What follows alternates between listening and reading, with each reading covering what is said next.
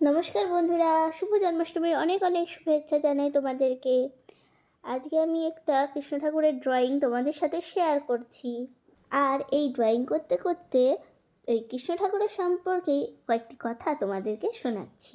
যখনই ধর্মের অধঃপতন হয় এবং অধর্মের অভ্যুত্থান হয়, তখনই ভগবান শ্রী বিষ্ণু নিজেকে প্রকাশ করে সাধুদের পরিত্রাণ, দুষ্কৃতীদের বিনাশ এবং ধর্ম সংস্থাপনের জন্য যুগে যুগে ধরাধামে অবতীর্ণ হন।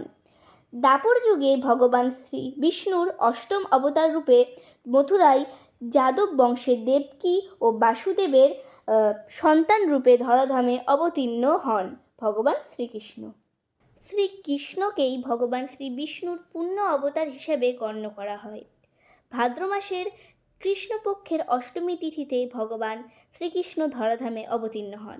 এই কারণেই ভাদ্র মাসের কৃষ্ণাষ্টমী তিথি হিন্দুদের কাছে খুবই পুণ্য তিথি।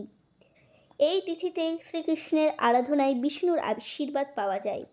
ভগবান শ্রীকৃষ্ণের জন্মের দিনটিকে আমরা জন্মাষ্টমী নামে অভিহিত করে থাকি।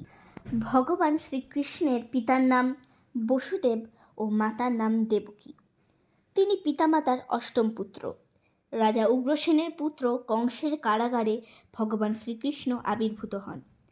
পিতা বসুদেব শ্রীকৃষ্ণের জীবন বিপন্ন জেনেই জন্মরাত্রেই দৈব সহায়তায় কারাগার থেকে তাকে গোকুলে যশোদা ও নন্দের কাছে রেখে আসেন। শ্রীকৃষ্ণের জন্মের রাত ছিল গভীর অন্ধকার। তার আবির্ভাবের সঙ্গে সঙ্গে বসুদেব দেখলেন শিশুটি 4 হাতে শঙ্খ, চক্র, গদা ও পদ্ম ধারণ করে আছেন। দেখে তিনি বুঝতে পারলেন জগতের মঙ্গলার্থে পূর্ণ বৃক্ষ নারায়ণ তাদের ঘরে জন্মগ্রহণ করেছেন। বসুদেব করজোড়ে প্রণাম ও বন্দনার পর দেবকী প্রার্থনা করলেন। শ্রীকৃষ্ণ একজন সাধারণ শিশুর রূপ ধারণ করলেন। বাল্যকাল থেকেই কৃষ্ণ তার অলৌকিক শক্তির প্রমাণ দিয়েছেন। পুতনাবধ, দামবন্ধন লীলা, কালিয়া দমন, গোবর্ধন ধারণ প্রভৃতি কর্মকাণ্ডের মধ্যে দিয়ে নিপীড়িত মানুষ মুক্তির আশায় কানুর তথা কৃষ্ণের অনুসারী হয়ে ওঠে এবং ক্রমান্বয়ে কংসবধের জন্য প্রস্তুতি গ্রহণ করেন। অবশেষে ভগবান শ্রীকৃষ্ণ কংসরাজাকে বধ করেন।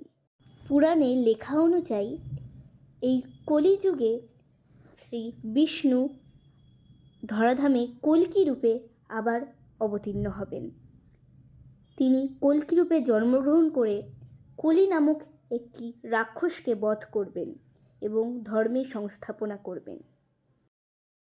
আমার এই আঁকানো কৃষ্ণ ঠাকুরের ছবিটা আর কথাগুলো তোমাদের কেমন লাগলো সেটা কমেন্টেও জানাবে। আর আমার চ্যানেলটাকে সাবস্ক্রাইব করতে ভুলো না, আর ফেসবুকেও ফলো করে দিও। টাটা।